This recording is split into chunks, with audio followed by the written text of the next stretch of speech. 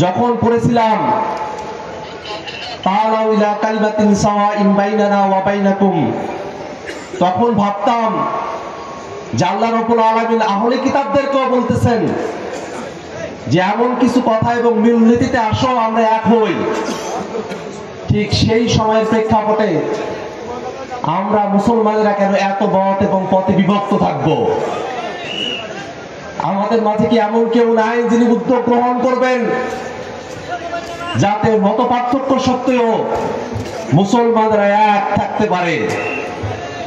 বিশ্ববিদ্যালয় জীবনে এসে পীর সাহেব নেসারাবাদের কথা জেনেছি। তিনি ইত্তেহাদ বা ইখতিলাফের কথা বলেছেন। মত পার্থক্য সহ মতকের মধ্য দিয়ে মুসলমানের থেকে ধারণ করার কথা তিনি বলেছেন। এবং আরো বড় হয়ে বুঝেছি, এই বাংলাদেশের স্বাধীনতা সার্বভৌমত্বকে যদি রক্ষা করতে হয় তাহলে বাংলাদেশের মুসলমানদেরকে ইত্তেহাদ মাল ইখতিলাফের নীতি অনুসরণ করতে হবে। কারণ এই বাংলাদেশের স্বাধীনতা সার্বভৌমত্বের সাথে ইসলাম ওতপ্রোতভাবে জড়ায় আছে। যদি বাংলাদেশের মুসলমানেরা ইসলামের প্রশ্নে এক থাকতে পারে আর অন্য ধর্মের সঙ্গে সম্প্রীতি বজায় রাখতে পারে তাহলে বাংলাদেশের স্বাধীনতা এবং সার্বভৌমত্বের দিকে কেউ চোখ তুলে তাকানোর সাহস করবে না। যারা বাংলাদেশের স্বাধীনতা এবং সার্বভৌমত্বকে ক্ষুণ্ণ করতে চায় তারা 24-এর 5ই আগস্ট থেকে শিক্ষা নিন। 24-এর 5ই আগস্টে বাংলাদেশের মানুষ শুধুমাত্র হাসিনার ফেসিবাদকে তাড়ায় নাই, বরং এই ফেসিবাদের গোড়া যে দিল্লিতে, ফেসিবাদের গোড়া দিল্লিতে থাকা অবস্থাতেই দিল্লিতে থাকা ফেসিবাদের গোড়াকে উপরে ফেলেছিল বাংলার জনতা।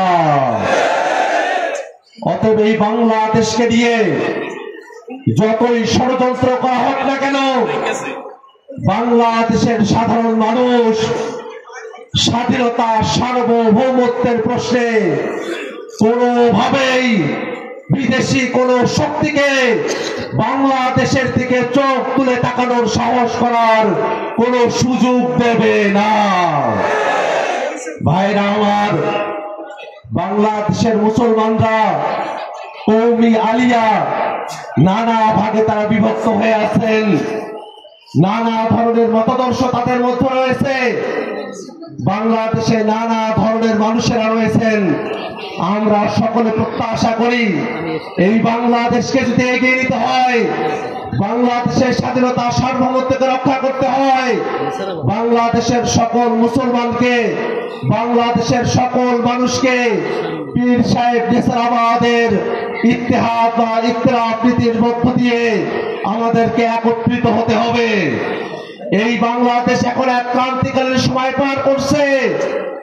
এই সময়ে জাতিগতভাবে একতাবদ্ধ থাকার কোনো বিকল্প নাই।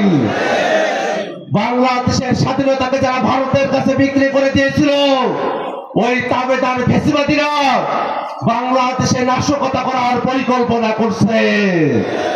বাংলাদেশের স্বাধীনতাকে আবারও তারা ভারতের হাতে তুলে দেওয়ার চক্রান্ত করছে। ঠিক সেই সময়ে বাংলাদেশে কোনো রাজনৈতিক মত পার্থক্য আমরা দেখতে চাই না। এই বাংলাদেশের এনসিপি, বিএনপি, জামাত, চরমনাই, এবি পার্টি, গণ অধিকার পরিষদ, সকল দল আমরা এক থাকবো। কোন ফেসিবাদীকে বাংলাদেশে আমরা প্রবেশের সুযোগ দেব না।